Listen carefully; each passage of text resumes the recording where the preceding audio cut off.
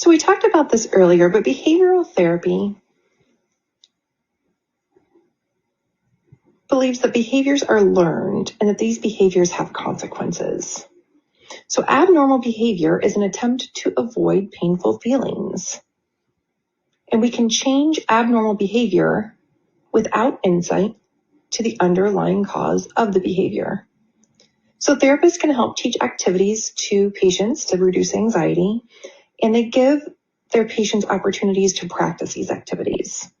So this can be used to treat phobias, addiction, and if you recall, the example we discussed earlier is if a student fails a test due to anxiety, then the student is taught to do deep breathing exercises.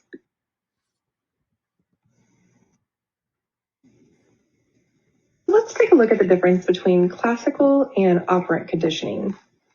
Classical conditioning is when a conditioned response is paired with a neutral stimulus. So most people think about Pavlov's dog. So Ivan Pavlov trained dogs to salivate at the sound of a bell. The bell was a neutral stimulus since the dogs had no reaction to it previously. But every time the dogs were fed, Pavlov would ring the bell and the dogs began to associate the sound with food. So salivating was their conditioned response.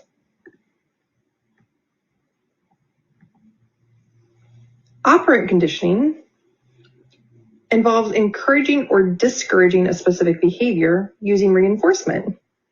With classical conditioning, the dogs were trained to salivate at the sound of a bell. Operant conditioning would be to train them to sit by giving them a treat when they do. So B.F. Skinner proposed operant conditioning, and he used a simple experiment with a rat to develop this theory. He put a hungry rat in a box, and when the rat explores, it discovers a lever. And when it pushes the lever, it gets food. So the rat knows that in order to get food, it has to push the lever. Operant conditioning can have either positive reinforcement, like food, or it can involve negative reinforcement, such as rewarding a dog for walking close to its owner by relaxing the unpleasant tension on the leash. Sometimes operant conditioning involves punishment, but in all examples, a target behavior is reinforced using consequences.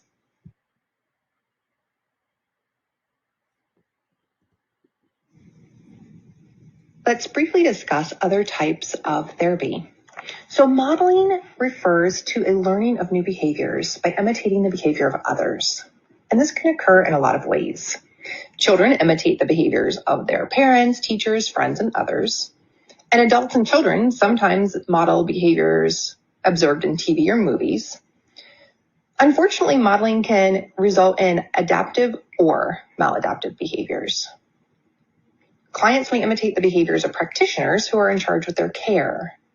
So somebody said once, when you're a nurse, you are always on stage. So every time you're in the hospital, every time you're in scrubs, people are watching you and imitating that behavior.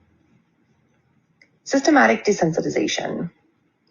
So this is really good for people who have phobias like spiders or driving.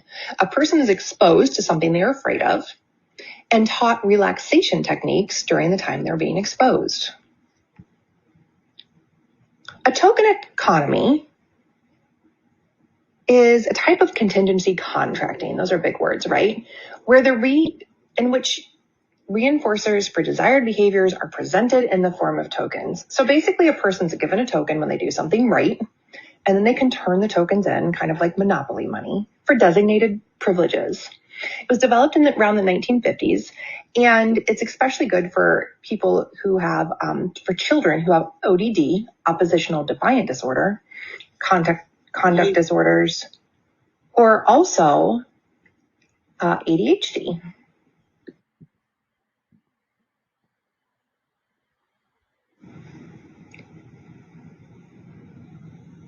Aversion therapy is a type of therapy that produces unpleasant consequences for undesirable behavior. Time out is a form of aversive stimulus or punishment in which a client is removed from the environment where the unacceptable behavior is exhibited. So they're isolated so that the reinforcement from attention of others is absent.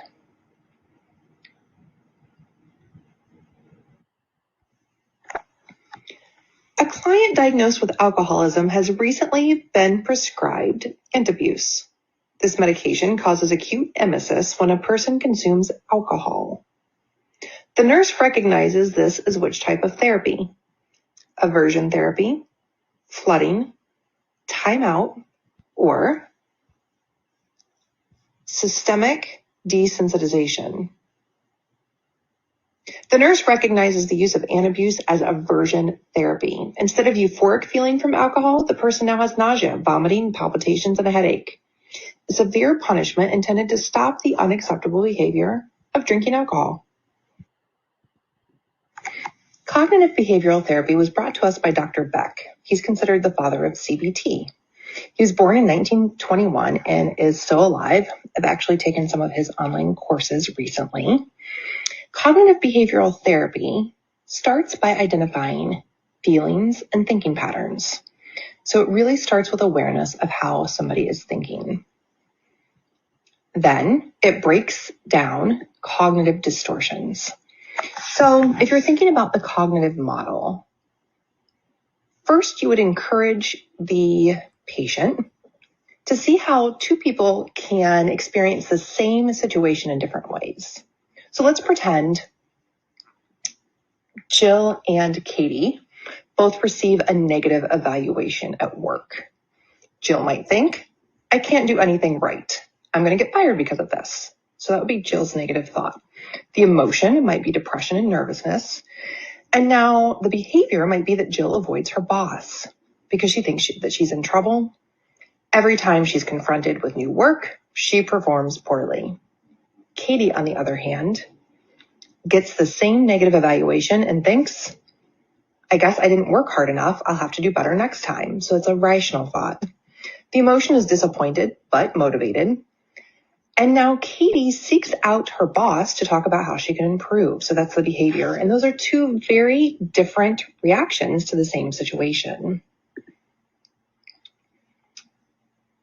So once these patterns of thinking are identified, now we want to identify what cognitive distortions they are thinking of. And if you remember earlier, this would be like the tree trunk. So cognitive distortions might be all or nothing thinking. So things are black and white with no shades of gray. Labeling, I'm a failure for making a mistake. Emotional reasoning, you believe something must be true because it feels true. Or overgeneralization, you draw a general conclusion on the basis of a small amount of evidence. I do everything wrong. Maybe you mind read. They probably think I'm foolish, so you know what everybody else is thinking. And these are some examples of cognitive distortions. So we want our patients to be able to challenge their thinking. So what is the situation? What am I thinking or imagining? And how does it make me feel? What makes me think this thought is true? What makes me think it could not be true? How else could I look at this? And what's the worst thing that could happen? What's the best thing that will happen? What will probably happen? And what could happen if I change my thinking? What would I tell a friend if this was happening to him or her? What should I do now? So we use Socratic questioning to challenge the way that we're thinking and come up with an alternative response. The outcome is now you can evaluate how much do I believe that automatic thought? What emotion do I feel now? How intense is that emotion? And what am I going to do moving forward? That's kind of the summary of cognitive behavioral therapy. If you were to do an evidence-based search through the library, you would find that there are thousands of research projects done with cognitive behavioral therapy, and it is proven to be effective in a variety of situations.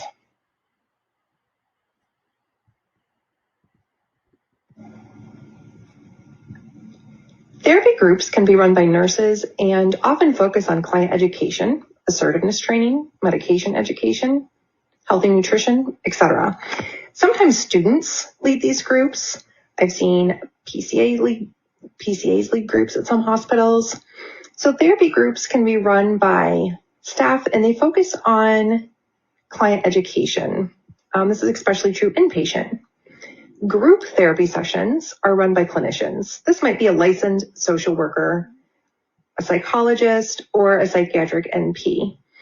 At many hospitals, this is also an individual who's hired just for this position. I know that's true at one of the big hospital systems here.